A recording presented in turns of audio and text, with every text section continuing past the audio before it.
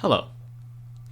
Today, I will be talking to you about irrational numbers, what they are, how they were discovered, and who discovered them.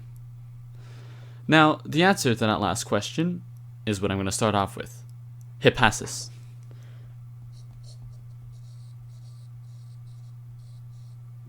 He was a Greek philosopher from the 5th century BC who was also a mathematician.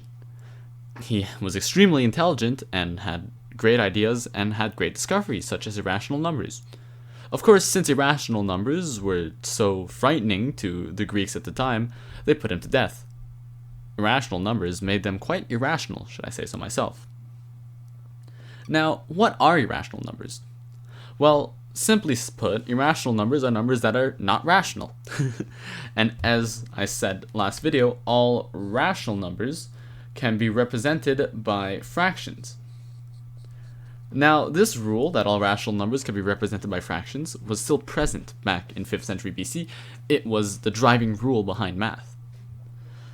So the Greeks thought that all numbers could be represented by a fraction, say p divided by q. Now, p divided by q came with a condition. P and q's common factors had to be 1, and only 1. Well, I'll give you an example of why. You could represent 2 as 2 divided by 1, obviously. However, you could also represent 2 as 4 divided by 2, or 6 divided by 3, and so on and so forth. Therefore, if you didn't put the rule that the common factors of the denominator and the numerator can only be 1, there could be an infinite amount of fractions usable to represent 2. However, if it is a rational number, there will always be a fraction that can represent it in which the common factors of the numerator and denominator are 1. If that's not the case, then it's not a rational number. Or, as the Greeks believed back then, it's not a number at all. But Hypasis proved them wrong. He used the number square root of 2. Now, according to the ancient Greeks, square root of 2, like any number, would have to be equal to p divided by q.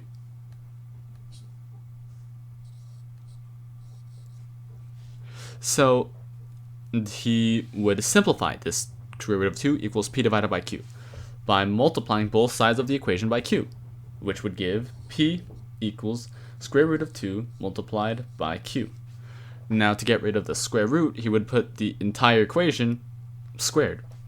This would give p squared equals 2 times q squared. Now, if p squared is equal to 2 times q squared, we know that p is an even number. This is because p squared is an even number since it is equal to 2 times another number.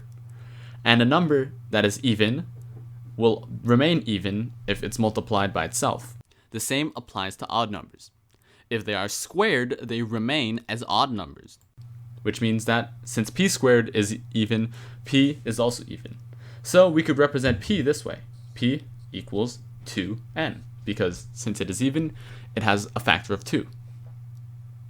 Now, if we put 2n into the equation, therefore we square it, it will be turned into 4n squared equals 2q squared.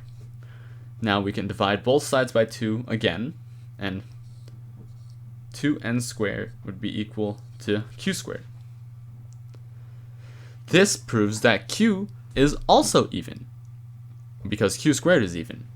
And this disproves that p and q would both have the common factor of only 1 for it to be a number, because the square root of 2 is a number, and there is no way to represent it in a fraction whose numerator and denominator only have the common factor of 1. This disproves the idea that only rational numbers exist. And it put the ancient Greeks into a frenzy. They went and murdered our boy Hypasis, and they were trying to, as hard as possible, to bury these irrational numbers and their existence, and some outright denied them. They just said that Hypasis was wrong, despite nothing being wrong in his experiment, in his deduction. But you might think, oh, that's horrible. Why would they kill a guy just because of that? Well, today, people still have trouble accepting new ideas. You don't get put to death for having a new idea, but a lot of times your new idea can be shunned or called a conspiracy theory or something along those lines. New ideas are not widely accepted, even today. It takes a lot of work for people with completely groundbreaking, revolutionary ideas to get attention and recognition from everyone, essentially. Or have a new mathematical rule be genuinely considered a mathematical law, just like with irrational numbers. But in this case, it's very obvious. There's no way to disprove this, really.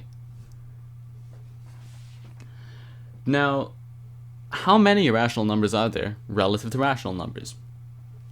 On the outside, you might think, oh, well, what are examples of rational numbers? You need to get a better idea of irrational numbers first. So I'll start by giving you some examples.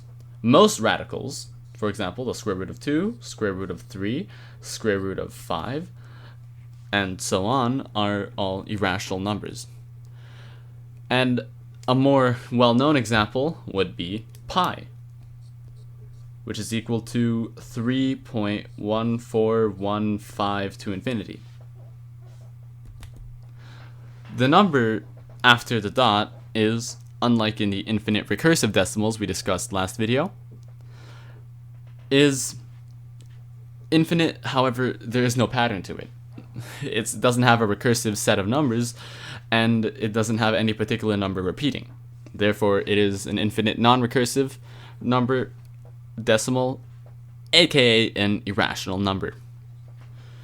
By this definition, you can deduce that there are at least as many irrational numbers as there are rational numbers, because there's an infinite amount of possible numbers. Well, this is true, but it's also not true. If you go into math in university, you'll realize that the amount of irrational numbers and the amount of rational numbers isn't even comparable. The amount of irrational numbers is on a complete other level to the amount of rational numbers, but I won't explain that today. This is not a university course, after all.